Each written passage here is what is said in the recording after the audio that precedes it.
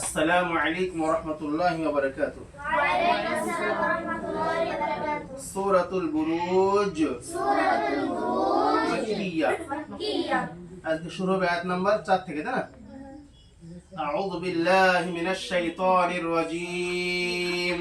أعوذ بالله من الشيطان الرجيم. قتل أصحاب الأخدود. قتل أصحاب الأخدود. قتل أصحاب الأخدود. قتل أصحاب الأخدود. চারুমা আস এটা কিসের অক্ষর? কি অক্ষর এটা? হরফে মুস্তালিয়া, যা সর্বদা মোটা করে পড়তে হয়। কটা অক্ষর হরফে মুস্তালিয়ার? 7টা। কি কি? ফ সদ জদ ত জা গাইন কফ, যা সর্বদা মোটা করে পড়তে হয়। তাই কি পড়বো? আস। কি পড়তে হবে? আস। হা বুল। সঞ্জনা হা টান হবে, কেন হবে? খাড়া জবর কোন মাদ্দার সমতুল্য? আলিফ মাদ্দাহের সমতুল্য। এটা কোন হা? ছোট হা। এটা কি করে পড়তে হবে? পাতলা করে, ছোট করে পড়তে হবে। বুল উখ দুদ। খাদিজা দুদ কি মাদ্দা? মাদ্দে আরিজাফি। কেন? হরফে মাদের পরে অক্ষরটা সাকিন করে পড়া আছে, তাই না? টান হবে কতটা? 3 আলিফ পরিমাণ। তারপরেটা কি কায়দা আছে? একটা দুধ। কি কায়দা হবে এটা? কলকলা। মাশাআল্লাহ। কলকলা মানে অক্ষর কটা? কি কি? কখন কলকলা? মাশাআল্লাহ মাশাআল্লাহ, ঠিক আছে।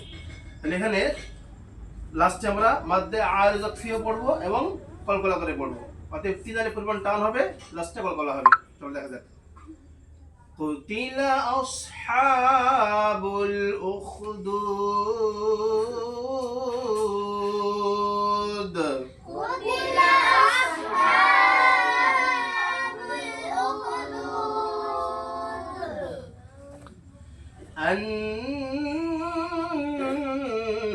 النار ذات الوقود.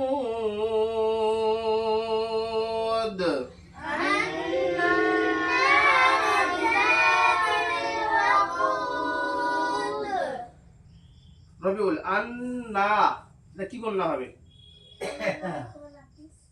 না, এটা হচ্ছে ওয়াজিব গুণনা। কি গুণনা? ওয়াজিব গুণনা কখন হয়? খুবাইব নুন এবং মিমের উপরে যদি তাসদিদ থাকে ও তার আগের হরফে যদি হারাকাত থাকে, তাহলে নুন ও মিমকে যুক্ত করে এক আলিফ পরিমাণ গুণনা সহকারে পড়তে হবে। এটা হচ্ছে কি গুণনা? ওয়াজিব গুণনা।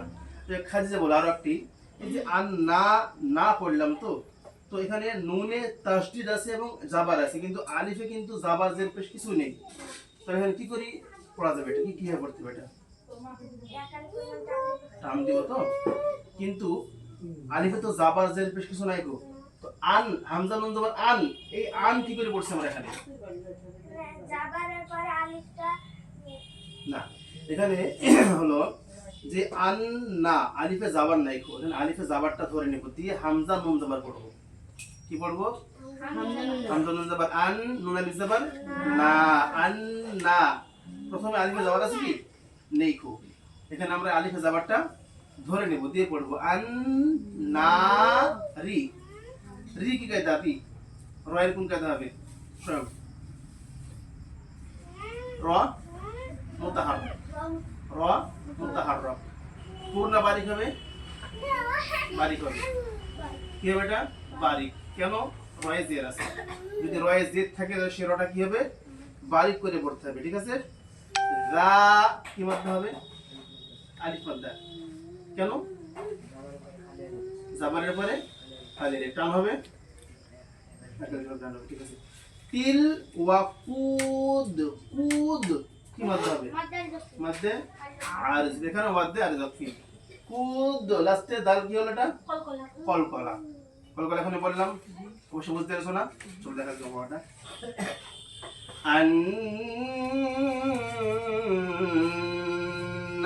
النار ذات الوقود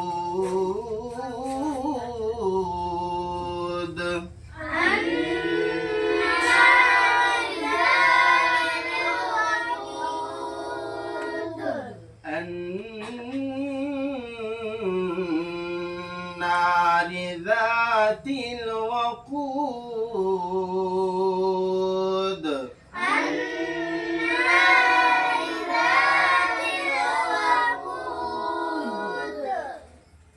إذ هم عليها إذ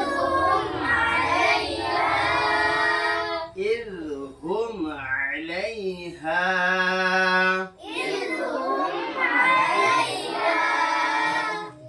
إذ হুমটা কি কায়দা হবে বলতে পারবে? ইজহারে শাফাবি। আচ্ছা, এটা ইজহারে শাফাবিটা কোন কায়দা? মিম সাকিনের কায়দা। মাশাআল্লাহ। মিম সাকিনের কটা কায়দা? কি কি? ইদগামে শাফাবি কখন হয়?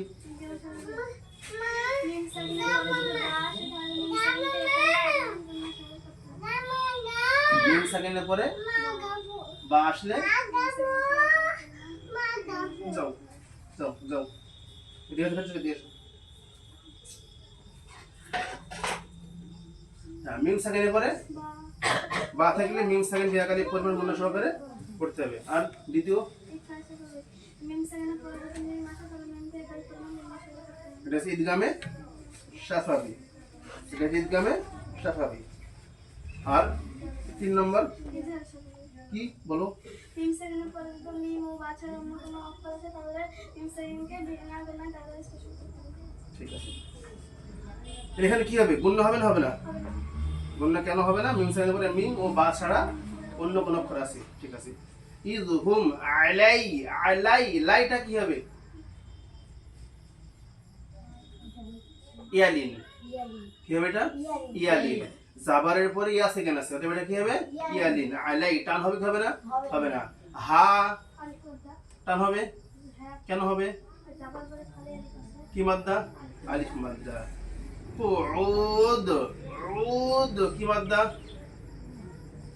মাদ্দে আরিজাত এখানেও, এবং দালটা লাস্টে কলকলা। তো এখানে আমরা যে দুটো আয়াত পড়লাম, আমরা এই দুটো আয়াতই 3টি আয়াতে কি এখানে কলকলা আছে। দুটো আয়াতই কলকলা। হ্যাঁ, এই যে উখদুদ, জাতিল ওয়াকুদ এবং কুউদ, 3টি আয়াতের শেষে মাদ্দে আরিজাত আছে এবং কলকলা আছে। তবে এখানে মাদ্দে আরিজাত টান 3 দানি পরিমাণ দিয়ে পড়বো, সাথে কলকলাও করে নেব। ইযহুম আলাইহা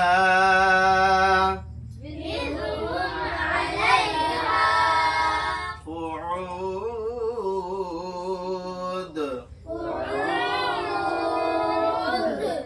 কুউদ।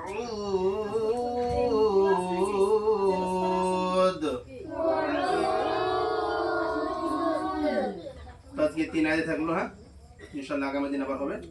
আসসালামু আলাইকুম ওয়া রাহমাতুল্লাহি ওয়া বারাকাতুহু।